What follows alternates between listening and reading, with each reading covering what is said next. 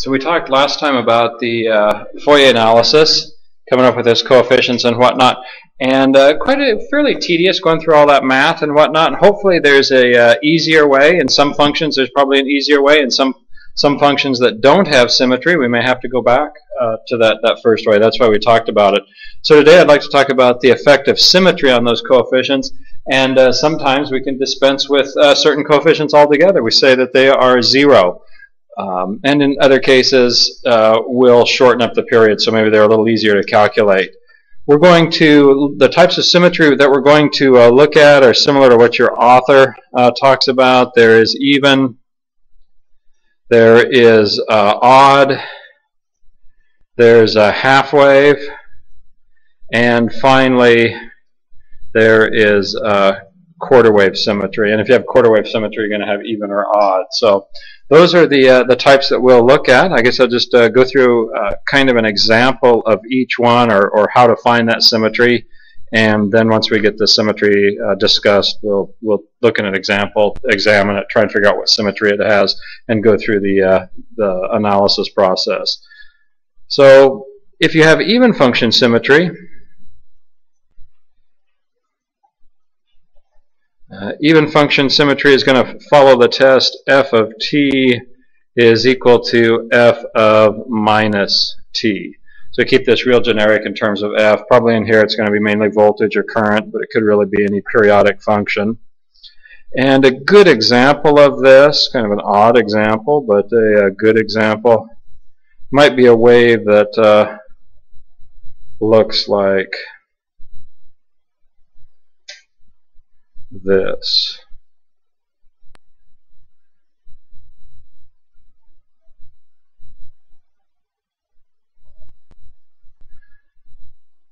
So if this is our t and this is f of t, basically if it's mirrored about this vertical axis, you have even function symmetry. Okay. And if you recognize even function symmetry, the conclusion of that would be that the average value, a sub b, is equal to 2 over t times the integral from 0 to t over 2. So I'm going to have to look at half the period there of f of t dt. And you might say, well, that didn't save me very much. Well, there's a lot of discontinuities in there. That might only having to do integrate over half of the period might be a welcome relief. A sub n or a sub k would be, maybe I'll say a sub k, be consistent with your author, is going to be 4 divided by the period t times the integral from 0 to t over 2 of the function f of t times the cosine of k omega naught t dt. So again, we only have to integrate over half the function. There's a savings there. But the real victory comes with b sub k or b sub n, where I get to say that's 0. For all k or all n, depending on which one you're going to use. So that's kind of nice. We don't have to mess around with b sub k. So that's worth recognizing the symmetry. Probably another thing we ought to talk about is what happens if you don't recognize the symmetry. Well, if you don't recognize symmetry, you're not going to get the problem wrong. You're just going to have to do more work. Now, if you spend more time doing integration and whatnot, you also introduce the possibility of making mistakes and whatnot. So in that case, it could affect the problem. But all things being equal, if you don't make math mistakes, if you don't recognize symmetry, you're just going to have to go through more work. Well, let's move on to odd function symmetry. With odd function symmetry, our test would look something like this. F of t is equal to minus f of minus t. And we'll come up with an example of this. So we could have something that looked like, so that's got odd function symmetry. A good example of odd function would be sine. Isn't sine an odd function? And cosine's even? Yeah, so you go back to those. We talk about cosine being even, sine being odd. What does this do? Well, if you recognize this, you've got a sub v, the average value, is equal to 0, so that's nice.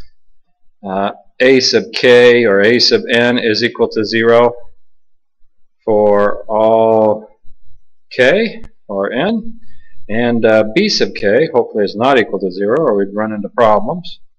4 over t times the integral from 0 to t over 2 of f of t times the sine of k omega naught t dt. Okay? A sub b, the average value. Well, if you look at the average value over a period, for instance, if we look at what, sine? So I take this period, so if I integrate over this, if I look at this area and that area, what's the average? 0, right? What does the base of k represent? Well, this is the average. That's pretty easy to say. These are really, I'm not even sure what to tell you on that, other than they're just the coefficients for the Fourier term. They don't have a nice name like the average value. Right. Other questions? So we got even, we got odd. Obviously, if it's even, it can't be odd. You only can be one or the other.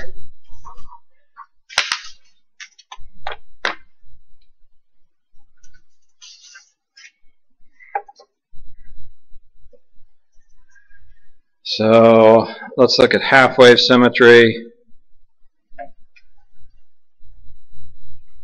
So with half-wave symmetry, our test is f of t is equal to minus f of t minus half a period.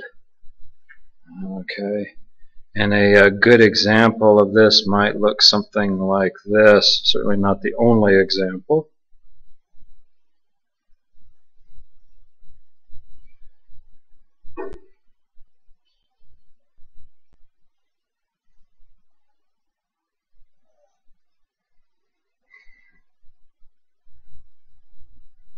Where this would be one period.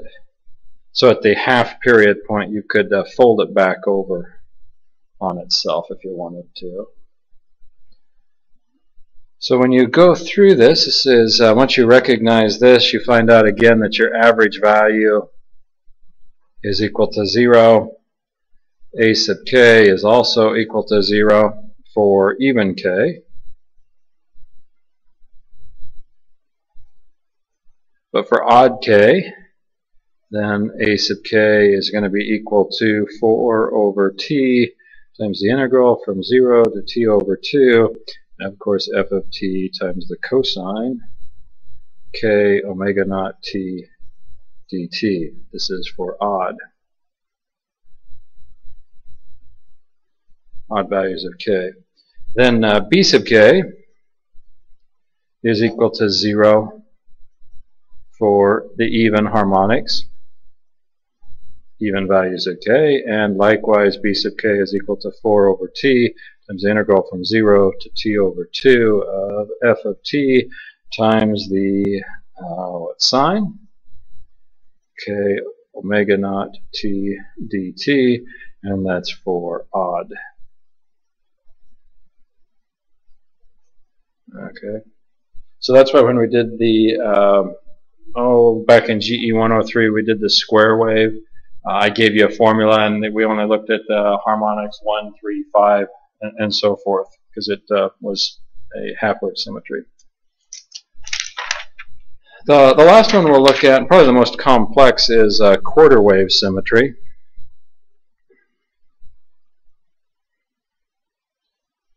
And it's a little harder to think of a test for this. Let me draw an example and try and explain it to you.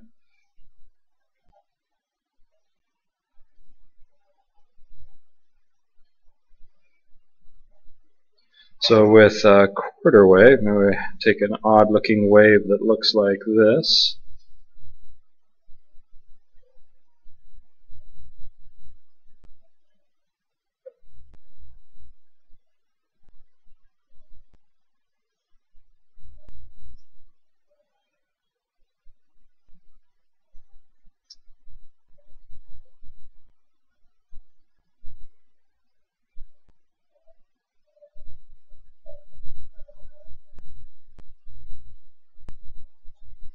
Okay, so if we take something like this, this would be, if we start here at 0, this would be one complete period, right? So this would be half of a period, and then we would look at this point as a quarter of a period, right? So if you take the wave and fold it over this line that's a quarter of a period and it lays back on itself, it would have quarter wave symmetry. That's the test I always look at. And then if it's going to be, if it has quarter wave symmetry, it either has to be even or it has to be odd. So let me put if even. So if it's even, a sub v is equal to 0, a sub k is equal to 0 for even values.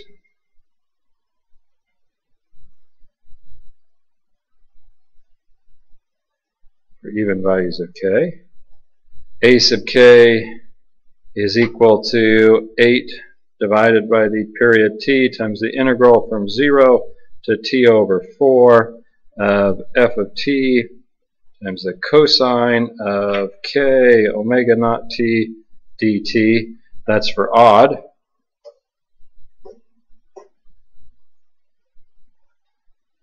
Odd k. And finally, b sub k is equal to 0 for all k. So quite a bit of savings in that one. If it is then quarter wave and odd, so it's got to be one or the other.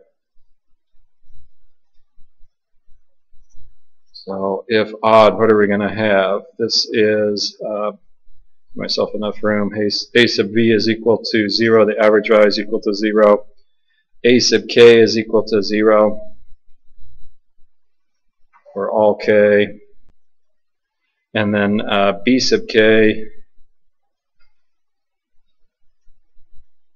is equal to 0 for even.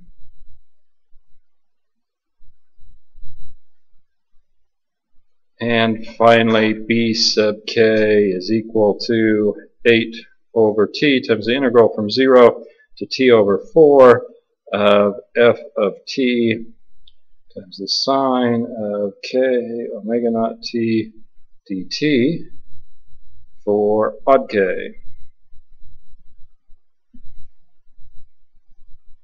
you say that that function is even or odd, what is that? Does that mean it lays over?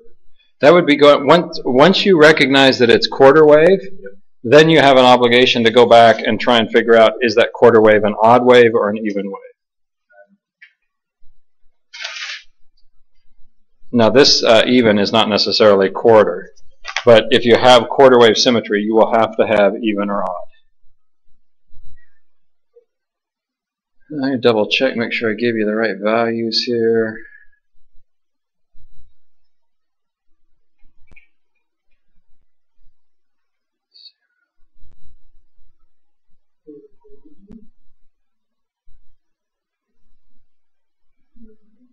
Okay, yeah, I think we're good. So we can use those as our cheat sheet as we go through this business. That was the symmetry they're going to look at. Again, you could never pay any attention to the symmetry. The only thing you're going to have to do is more work. But if you look at some of these, there's some significant savings on these. So time is money. You probably want to keep these in mind. Also, as you notice symmetry, you reduce your work, which probably reduces the chance for mistake.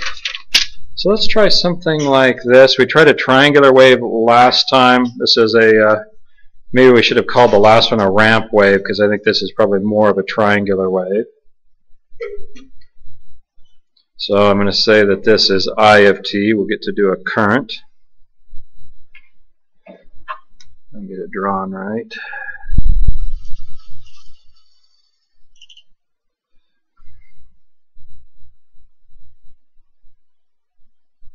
Oh, this maybe this piece of paper is better. What's that? If I can get it drawn here.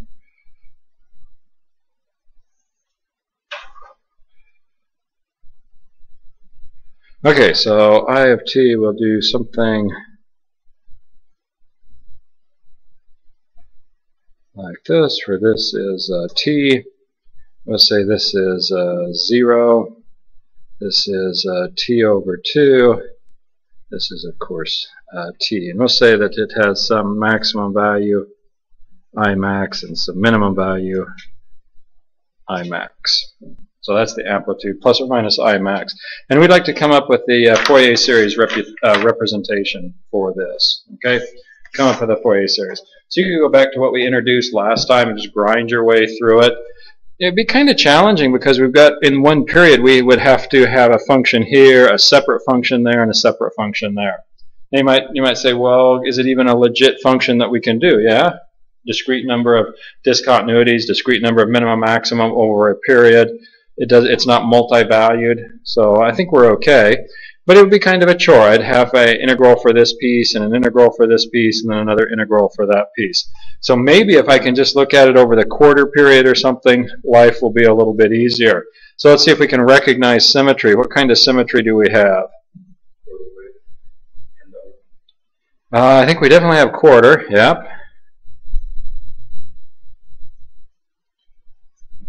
Okay. Yeah, because if I flip it around that, it will come back. So quarter.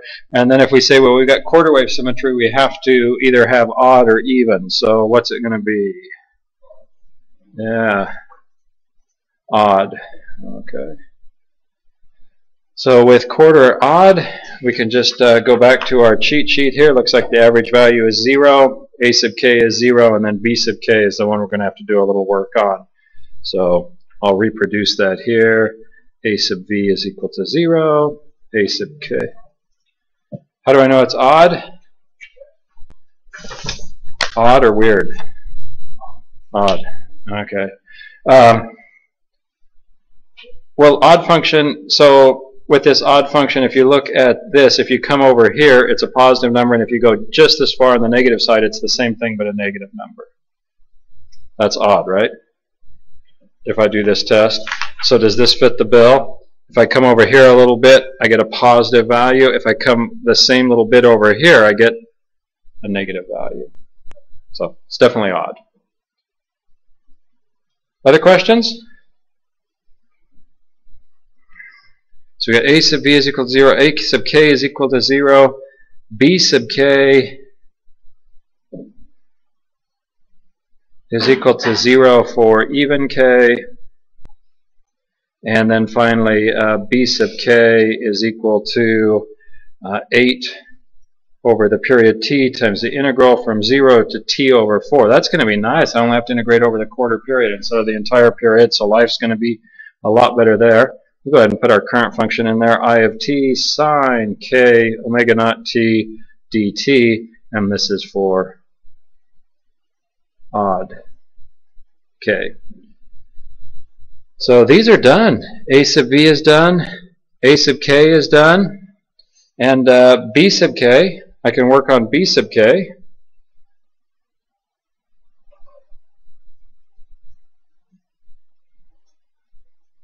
Working on b sub k here. I should note that in this case n is going to be equal to what? It's just the odd term, so n is 1, 3, 5, and so on. That'll be something important to keep in mind as we go through this. So before I go into there, I'd probably better try and figure out what that function is. Remember, we're evaluating it over the quarter wave, so I need to find the function in this range. So for I of t from 0 to the quarter period point. It's just a straight line, isn't it? Again, y equals mx plus b. Our rise is I sub m. Our run is t over 4. Then I'll have t plus 0, right? So that's I of t. That comes from, of course, y is equal to mx plus b. Probably learned about that in junior high. So we could tidy this up a little bit. I of t is equal to what? 4 I sub m divided by the period t times the time t. So I'll go ahead and use that. So I can plug that into b sub k and should be off and running. So I think I can fit that in here. Maybe I'll finish filling up this space. So b sub k is equal to 8 over t times the integral from 0 to t over 4. Put the function in there for I sub m over t times the sine of k omega naught t dt. Probably with this we're going to look at something of the form, we're going to bring this 4im over t out, and then we're going to have something, we're trying to do the integral, not the function, the integral. Try to do the integral of what? X sine ax dx. If you're going and looking that up in a form, you could use a comparative algebra system. We had the same function last time we lectured. You go look at what we did there. But we'll have then, what, 4 times 8 is 32 im, and then we'll have t squared, and then we'd have the integral of t times sine k omega naught t dt, which would give us this sine of k omega naught t divided by k squared omega naught squared. And then I have to subtract off t times the cosine of k omega naught t over k omega naught. Now evaluating this whole thing at 0 and t over 4. If you're a math purist, I think you would do this by parts. Kind of a long journey, but I think that's how you'd do it. I'm not encouraging that. I would just probably look up at a form, a math table or something. That's why the next exam probably going to be kind of a big deal to bring in a computer so you can look up some math tables and whatnot. I used to give out the math tables. I wouldn't give you the exact form, but I'd give you the page the form was on. One time I forgot to do that, and I thought, oh dear, so I just Googled it. Popped up on a really great table, popped up on the first Google search page. So from then on, I really don't give you much of anything. You got the computer, you can have at it. Questions so far? Yes? I'm assuming we can just use a math book, right? Yeah, that's fine. Yeah. You can bring anything you want to the exam as long as we don't get into a fire hazard. So you start to, I'll bring in 400 hand trucks of old books or something. Maybe we got a problem, but I doubt you'll be doing that. Other questions? Okay, so let's see if we can go through this. Maybe I'll go to another piece of paper, get a little more room here.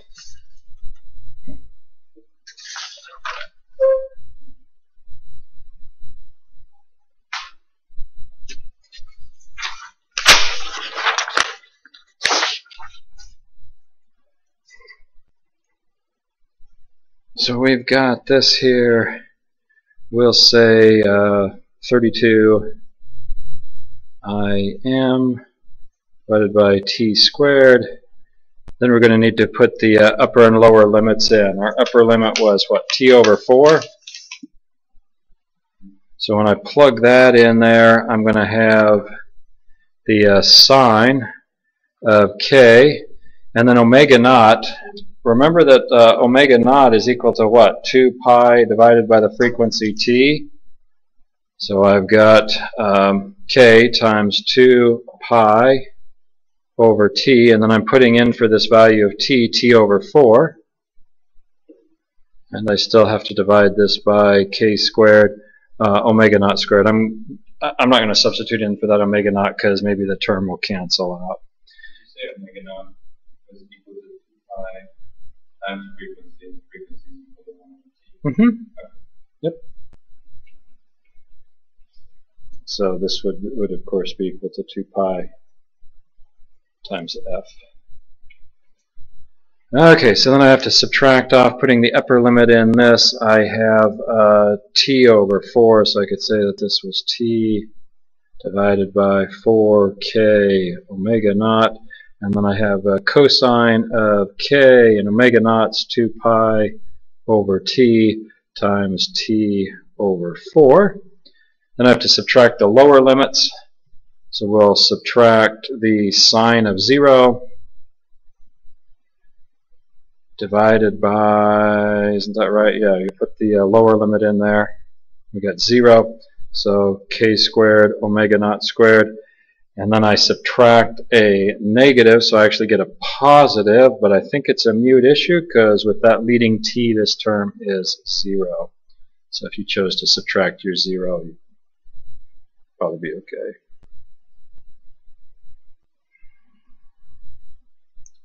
So now the one thing we have to go back to and remember, what do we write down here? 135. So that's going to make a difference as I evaluate these possibly. So k is equal to 1, 3, 5, and so on. So let's see if we can do that. 32 im divided by t squared. And what do we have there? We get to cancel that. That goes in there a couple times, so I'm looking at the sine of k times pi over 2 divided by k squared omega naught squared minus, let's see, t times the cosine of k pi, be pi over 2 also, wouldn't it? 4k omega naught. Minus, what's the sine of 0? Look at our unit circle here. 0. It's always going to be 0, isn't it? Yep, so I have 0, minus 0, plus 0. So not much there. So now if I look at this, what is the sine of k pi over 2? So when k is equal to 1, I'm at pi over 2, right? So I'm right there. So what's that? Over here? Oh, pi over 2. Yeah, let's see. I think this is 0, and this is pi, and this is 2 pi, isn't it? So pi over 2, right? You are. I'm up here. Is that pi over 2? Okay, so 1 pi over 2 puts me right there, and the sine is going to be 1, isn't it? And then when k goes to 3, what am I going to have? I'll be back down here, won't I? Because there's 2 pi over 2, and there's 3 pi over 2. So that's minus 1, so it's going to go minus 1. And then I'm going to be back around here to positive 1. So it looks like it's got a 1 with an alternating sign, doesn't it? So I have to be real careful with that one, because you might tend to say, well, I'll just put a 1 in there. Well, no, not when this comes along as 3. So I think I'll just leave that be. What about cosine? We're at this point and this point. What was the cosine on that? Yeah, that'd be 0. Good. Okay. Mm-hmm. We're only analyzing k 1, 3, and 5 because it's only the odd k. Yes. Yeah, we're doing k 1, 3, and 5 because we said it was a, what kind of function did we say this was? Quarter odd. And with a quarter odd for the b sub k, it's 0 for the even, and we're only looking at odd k's right there. So,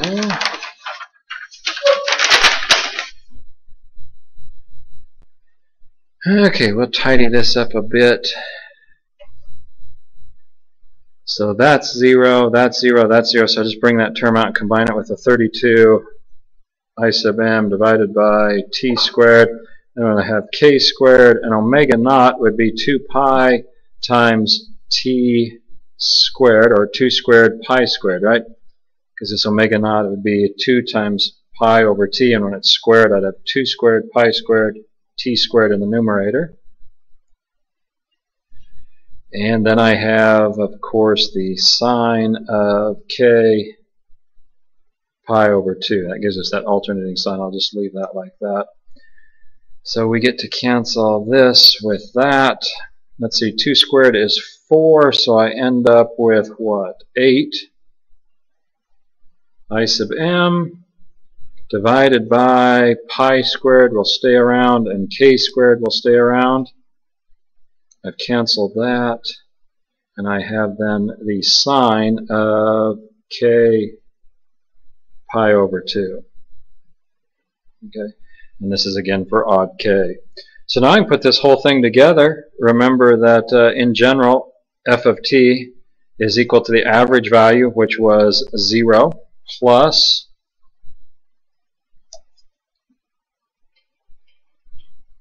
the sum from n equals 1 to infinity of a sub n, which was 0, cosine n omega naught t plus b sub n sine n omega naught t. So this was 0, this was 0. So we can start to put this together. Our function for the current, I of t, is equal to the sum n equals 1. Now I'm only going to have to do 3, 5 because it's 3, 5, 7 and so forth because the evens are 0. So I'll indicate that like that, up to infinity of b sub n. We said that was 8 I sub m divided by pi squared times k squared times the sine of k pi over 2 times the sine of n omega naught t. And I've got k in there. Once I put it in this form, I should probably change it back into n. So let me do that.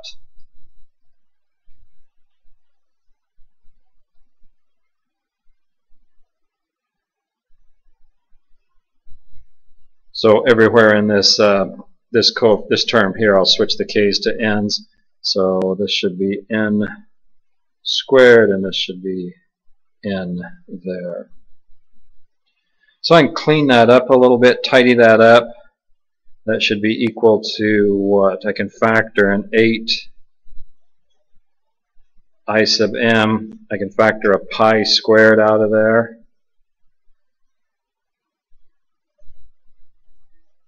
Is that right?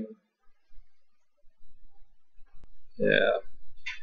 And then I'm going to be left with the sum n equals 1, 3, 5, and so on to infinity of 1 over n squared times the sine of n pi over 2 times the sine of n omega naught t.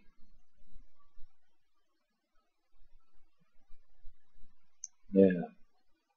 Now sometimes with this term here, if you're going through the textbook or you're studying this in a math book, all of a sudden that term will disappear and they'll put in something like this.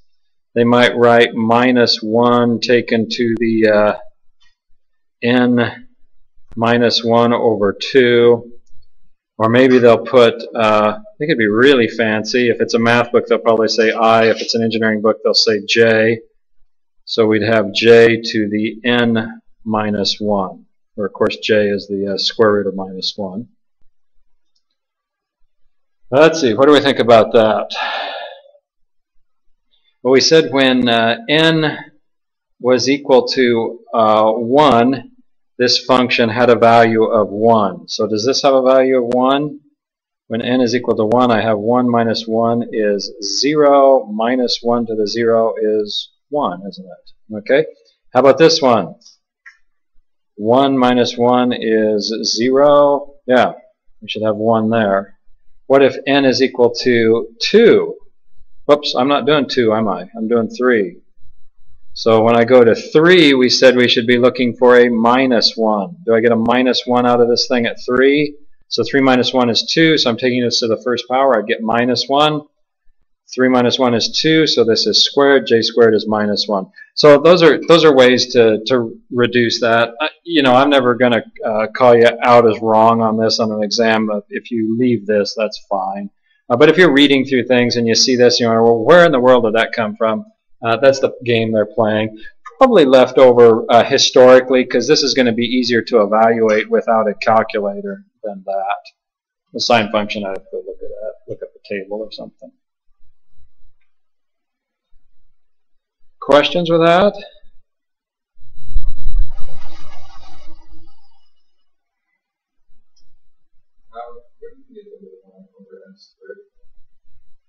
Oh, you left it in. Yeah, I have to leave n in there because n is changing. I couldn't factor that out. I think I had written it as k, and I changed it to n squared up there. Questions with that?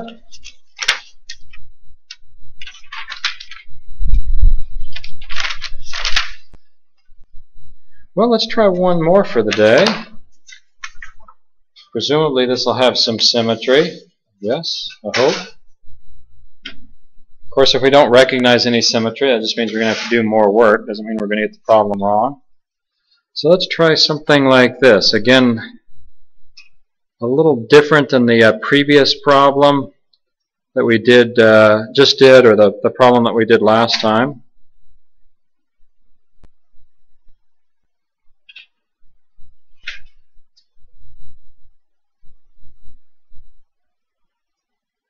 So let's see, this one, yeah, see, this was kind of a triangular wave, and then the one that we did last time was more of a ramp.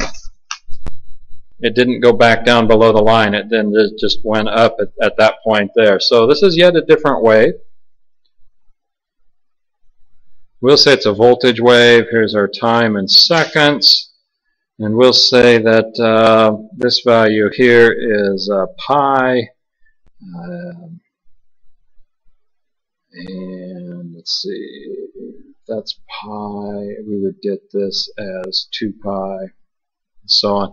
And we can even throw some numbers in here. We'll say that that's minus 10, and this is 10. I think that's the first time I've ever done this with numbers, so that's kind of good. So that's what we'd like to do, and we'd like to come up with a Fourier series for v of t.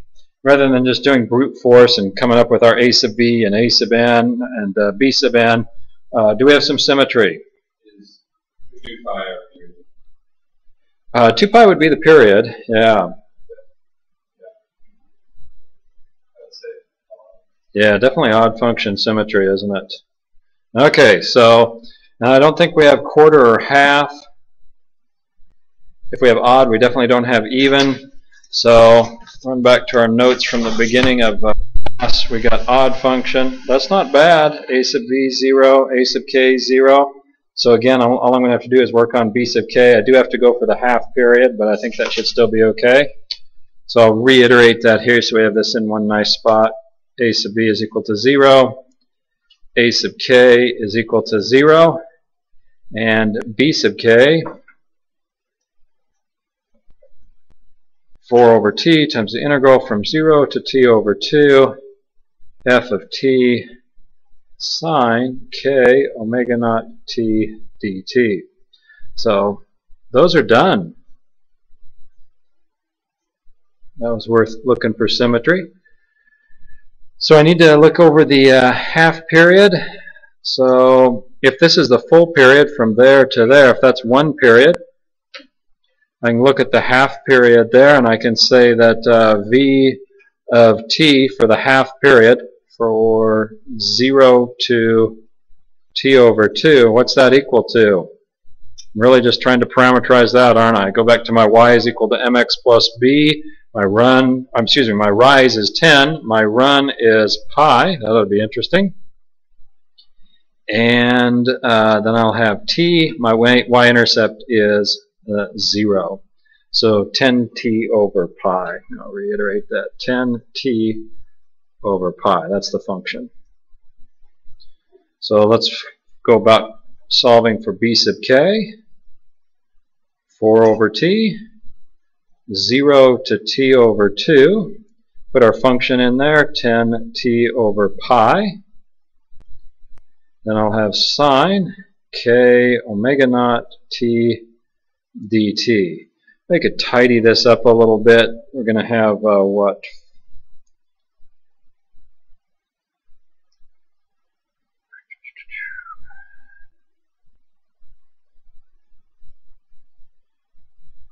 T over 2. What's the period? Oh, okay. Yeah. Did I get that right? Oh, okay. Yeah, I should do a little more work here. What is the, we said the period, if this is the period, t is equal to what?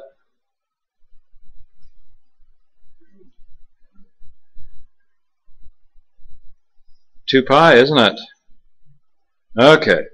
So I could say that this was 4 divided by 2 pi times the integral from 0 to t over 2. So that would be 2 pi divided by 2, so we know where that came from, times 10t over pi times the sine of k omega naught t dt. And omega will be kind of interesting when we get to that point too. So I bring that 10 out, so I'll have 40 divided by 2 is 20. And then I'll bring the pi out, combines with that pi in the denominator, so I'll have pi squared. And then I'm going to have the integral from 0, 2 pi over 2 is just pi of, I'm left with t sine k omega naught t dt. We've been left with that one a good many times, haven't we? Yeah, just did it in the last one. I mean, that's that classic form that we've used many times. The integral of x sine some constant a times x dx, which gives us this form. So I'll rewrite this 20 divided by pi squared. We're going to have the 1 over k squared omega naught squared times the sine of k omega naught t minus t divided by k omega naught times the cosine of k omega naught t. And I'm evaluating this thing at 0 and pi. Okay. Well, let's see. We said that t was equal to what? 2 pi? And we know that omega naught is 2 pi divided by t, so I put that into here. And what's omega naught? Yeah. Kind of interesting when you do this with numbers. So we'll run through that. I have then 20 pi squared times 1 over k squared, because the omega naught goes away, that's just 1. 1 squared is 1. Then I'll have sine of k. Omega naught's 1, so I'll have k pi, because I'm putting pi in for t, minus pi over k, omega naught's 1, of cosine of k pi. I'm getting all those. K squared sine k pi minus pi k. Yes, so far so good. Then I got to subtract off. I got to do the lower limits.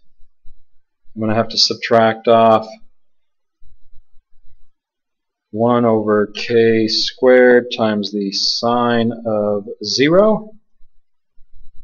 And then this is negative, so technically I would have a positive, because a negative and negative, although when you put 0 in for that, it's a bit of a mute issue, this 0 there. Now speaking of mute issues, what's the sine of 0? Yeah, that gives me 0, so I don't have to worry about that one. Now k is, what values of k do we have in here? All values of k, right? K is going to be 1, 2, 3, and so on. So we've got that at hand.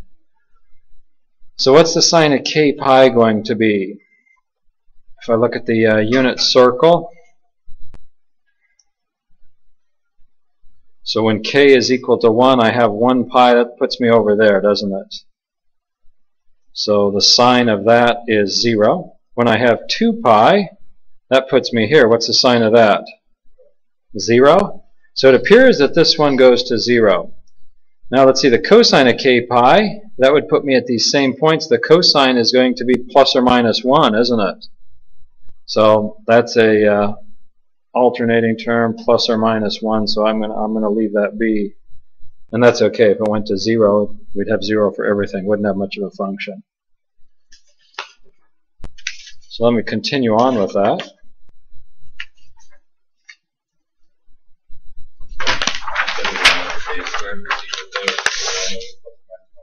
What's that? 1 over k squared is equal to 1 over plus or minus 1 over k squared.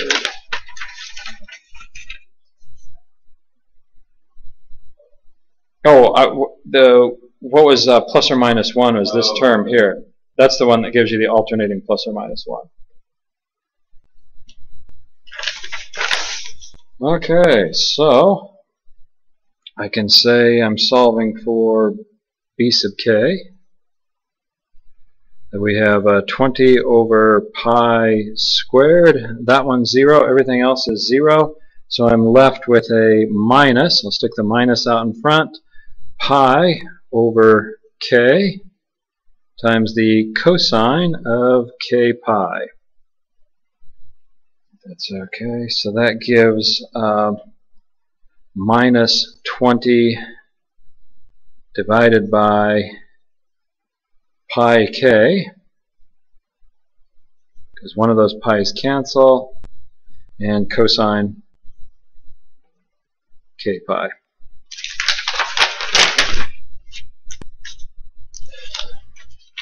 So we can put this whole thing together. Our function is, of course, f of t a sub v plus sum n equals 1, 2, 3, it's all terms, up to infinity of a sub n cosine n omega naught t plus b sub n sine n omega naught t.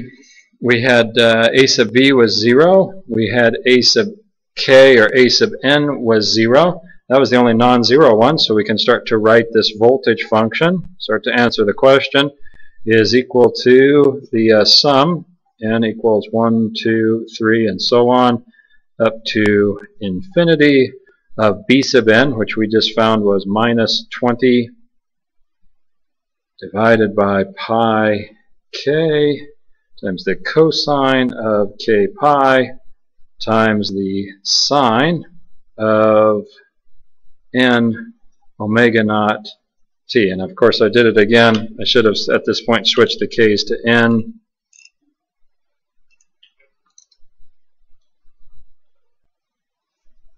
So that is an n, and that was an n.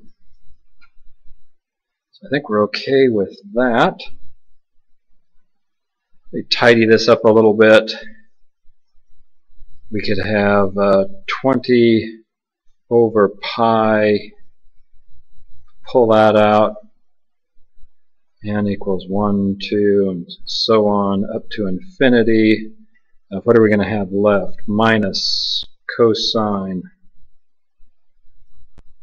n pi divided by n times the sine of n omega naught t. What was omega naught? Yeah, that was 1, wasn't it? So I could probably clean this up a little more. Wasn't this the term here? This gave us alternating plus and minus 1, didn't it? Okay. And again, I'm not going to say that you have to do this, but if you see someone play this game on you, you're going to have 20 over pi times the sum n equals 1, 2, 3 to infinity of minus 1 taken to the n plus 1 times the sine of n. Omega naught's 1, so I'll just say nt, and then I still have that n there. So I think that'd be the answer. Does that work out? Let's see. What's this whole thing when n is equal to 1, I have the cosine of pi. Cosine of pi is minus 1, isn't it? So then I put a negative on minus 1 and I get a positive 1, don't I? Okay? So I'll be looking for a positive 1. Do I get a positive 1 out of this thing? When n is equal to 1, I have 1 plus 1. I'm squaring that. Yep, I get a positive 1 out of there. What about n is equal to 2? So when n is equal to 2, I am at 2 pi, so I'm back over here. Cosine of 2 pi will give me 1. Put a negative on it, I get a minus 1. So I get a minus 1 out of here. 2 plus 1 is 3, minus 1 cubed. Yep, minus 1. So, and I give you this really more as an FYI.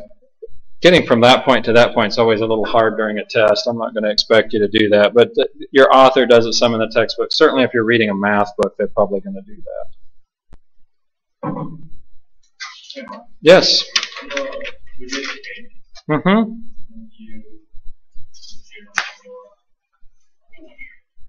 Right here? Uh-huh. Mm-hmm. When we started canceling stuff out with 0, we knew that omega naught was going to be 1. Right. 2 pi was 2 pi. Why did you start plugging in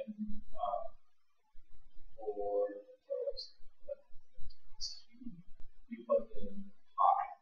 That's because the limits on this, instead of, it wasn't, all the problems up till now, the limits were like 0 and t, but now t is equal to 2 pi. So when I had, so this thing became 2 pi over 2, so I'm left with pi there. Okay. So Okay. you're plugging in limits. Okay. Yep. Let's plug in the limits in. I think this is 6. So what we're going to go next time is to start to do more with this. We've talked about Fourier, we've talked about the symmetry, so we can get some more efficiencies in this. The reason we want those efficiencies, we're going to use this quite a bit. We're all of a sudden going to take a circuit here with a transfer function. Okay, and we're going to put this input series in. So we take maybe a series like this, like we finished up. We put that series into it, and we wonder what we get out. If this is a circuit that has a transfer function that looks like a low-pass filter, that means that we're going to only get the low frequencies out of this thing and not the high frequencies, which will change the output quite a bit. So conceptually, it's fairly easy. Mathematically, it can get fairly tedious because now, instead of getting to draw an arrow and double underline this and we're done, that's just our starting point, and we then put that for the input voltage into a transfer function. So we'll be doing more and more math. I don't know that would say it's difficult, but it could be tedious and long. That's where we'll go next time. Maybe that's not much of an introduction. It'll be more fun than it sounds.